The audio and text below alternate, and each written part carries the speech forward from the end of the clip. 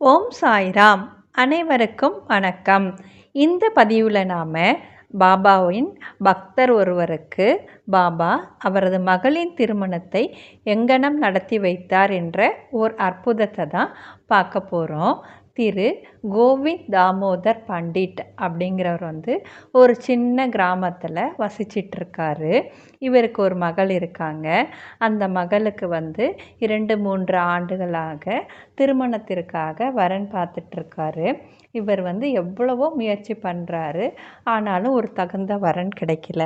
அதனால் இவர் என்ன பண்ணுறாருன்னா, ஆஃபீஸ்க்கு அடிக்கடி லீவ் போட்டுறாரு. ஒரு 2 மாதம் 3 மாதம் இப்படி லீவ் போட்டுட்டு என்ன பண்ணுறாருன்னா, தன்னுடைய உறவினர்கள் இருக்கிற இடத்துலலாம் போயிட்டு தனது மகளுக்கு நல்ல வரன் இருக்குமா அப்படின்னு பார்த்துட்டு வராரு. தன்னோட ஃப்ரெண்ட்ஸ்கிட்டேயும் கேட்குறாரு.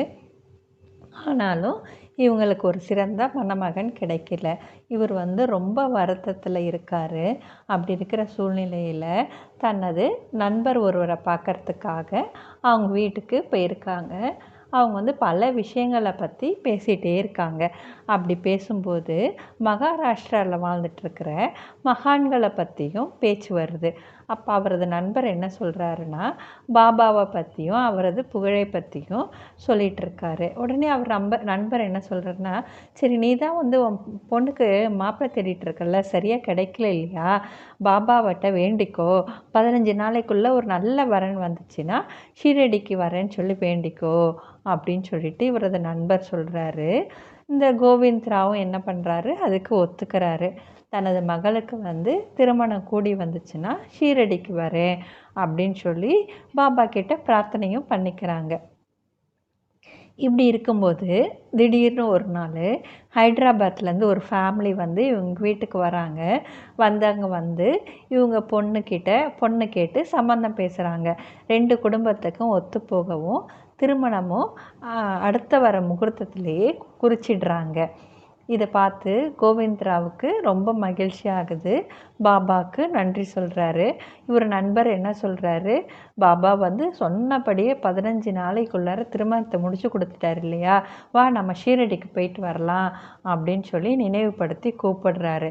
சரின்ட்டு இவங்க ஃபேமிலியோட ஷீரடிக்கு கிளம்புறாங்க. அதுக்கு தேவையான பணம் இவர்கிட்ட இல்லை. உடனே இவர் கடனாக ஒரு 30 ரூபா வாங்கிக்கிட்டு ஷீரடிக்கு கிளம்புறாங்க. இவங்க ஷீரடியையும் சென்று அடைகிறாங்க. இவங்க போன நேரத்தில் பாபா அங்கே இல்லை, லெண்டிபாக்கு போயிருக்காங்க. இவங்க எல்லா இடத்தையும் தரிசிச்சுட்டு சபா மண்டபத்தில் பாபாவோட வருகைக்காக காத்துட்டு இருக்காங்க. அங்கே இருக்கிறவங்களாம் சொல்கிறாங்க, இன்றைக்கி பாபா ரொம்ப கோபமாக இருந்தாருன்னு. ஆனாலும் இவங்க பொறுமையாக பாபாவோட வரவுக்காக காத்துட்ருக்காங்க. பாபா எல்லாரோடையும் திரும்ப வராரு. ஆனால் அவர் சந்தோஷமாக எல்லார்கிட்டையும் பேசி சிரிச்சுக்கிட்டு தான் வராரு. கோபத்துக்கான எந்த அறிகுறியுமே அவர் முகத்தில் தென்படலை. வந்த உடனே பாபா என்ன சொல்கிறாங்கன்னா, நான் குளிக்கணும், போய் தண்ணி எடுத்துன்னு வாங்க அப்படிங்கிறாரு.